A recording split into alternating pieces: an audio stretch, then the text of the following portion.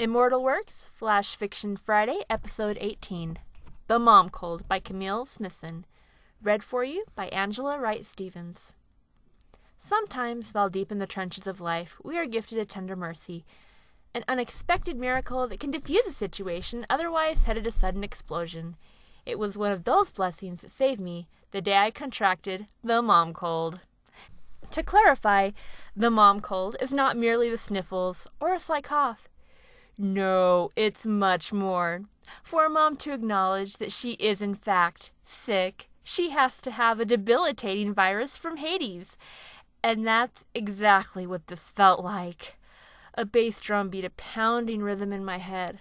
Pressure from my congestion threatened to escape out my eye sockets, not to mention the lump stuck in my throat. I didn't have time to be sick.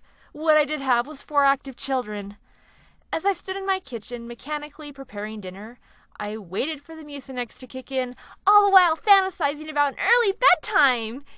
It was that lovely time of day I affectionately referred to as the witching hour. Regardless of the obvious fact that I was trying to finish dinner, my children pleaded for snacks, whining that they were surely about to wither away to nothing.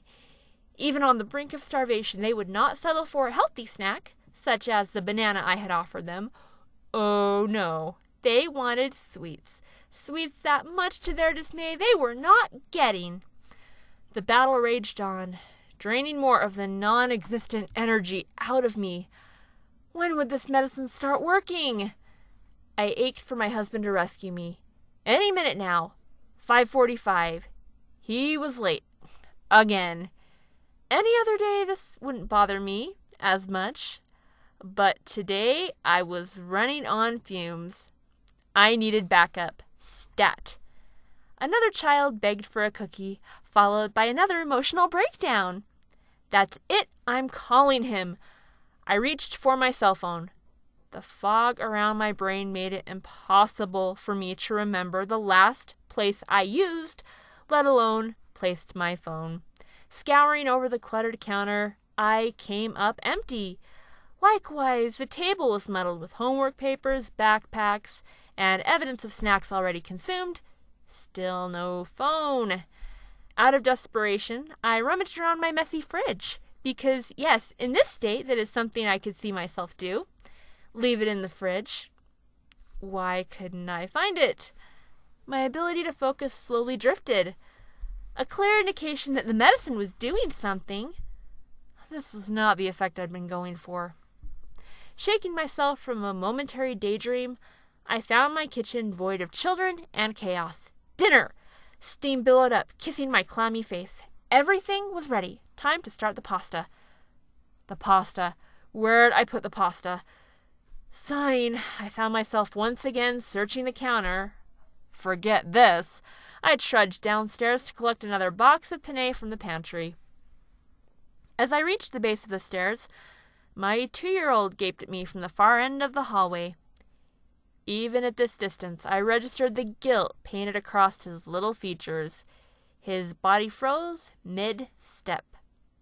The wheels in my head slowly turned, then crashed when I saw it. Realization wrung the air from my lungs. The thick, brown, gooey substance, evidence of a potty training accident gone very wrong, covered both his hands and ran up his arms. Small brown handprints dotted the hallway, smearing down the doorframe of the room his older sisters shared. At my gasp, he charged toward me, crocodile tears filling his eyes. "I'm sorry, Mommy," he cried, extending pudgy, germ-infested arms. His hands reached to embrace.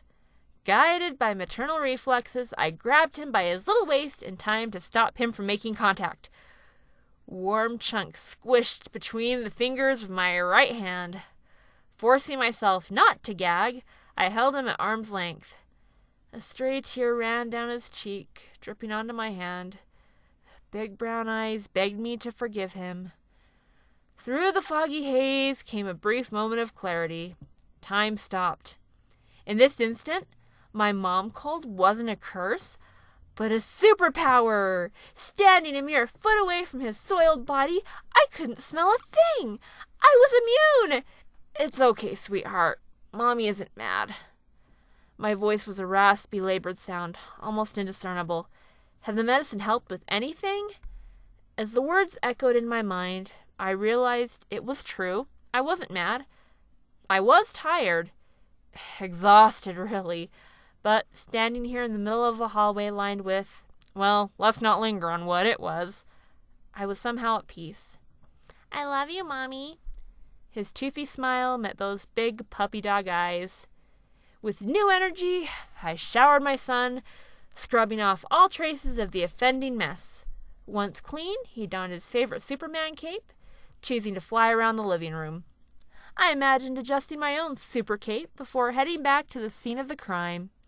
Scrubbing and disinfecting his artwork didn't bother me as much with my newly appreciated superpower. I even found myself smiling, not from the disgusting situation, but from the hidden blessing. A melodic hum caught my attention as I scrubbed the last of the evidence. I recognized it as my husband's ringtone. Drawn by the song, my cleaning rag forgotten, I found myself at the pantry door. Bewildered, I threw it open and charged in. The music grew louder and then stopped. My eyes scanned the shelf where the noise seemed to originate. Hiding in plain sight, on the shelf next to some boxes, my hands reached for my phone, bumping a brand new box of pasta. The pasta! Dinner! A low buzz notified me of a message from my husband. Running late. Chuckling, I rushed back upstairs, grateful that, in the midst of disaster, I had found my reprieve. Thanks for listening to Immortal Works Flash Fiction Friday. If you have a piece of flash... I'll read that one more time. Thanks for listening to Immortal Works Flash Fiction Friday. If you have a piece of flash fiction, 500 to 1,500 words, that you'd like read on our podcast, you can send it to submissions@immortal-works.com.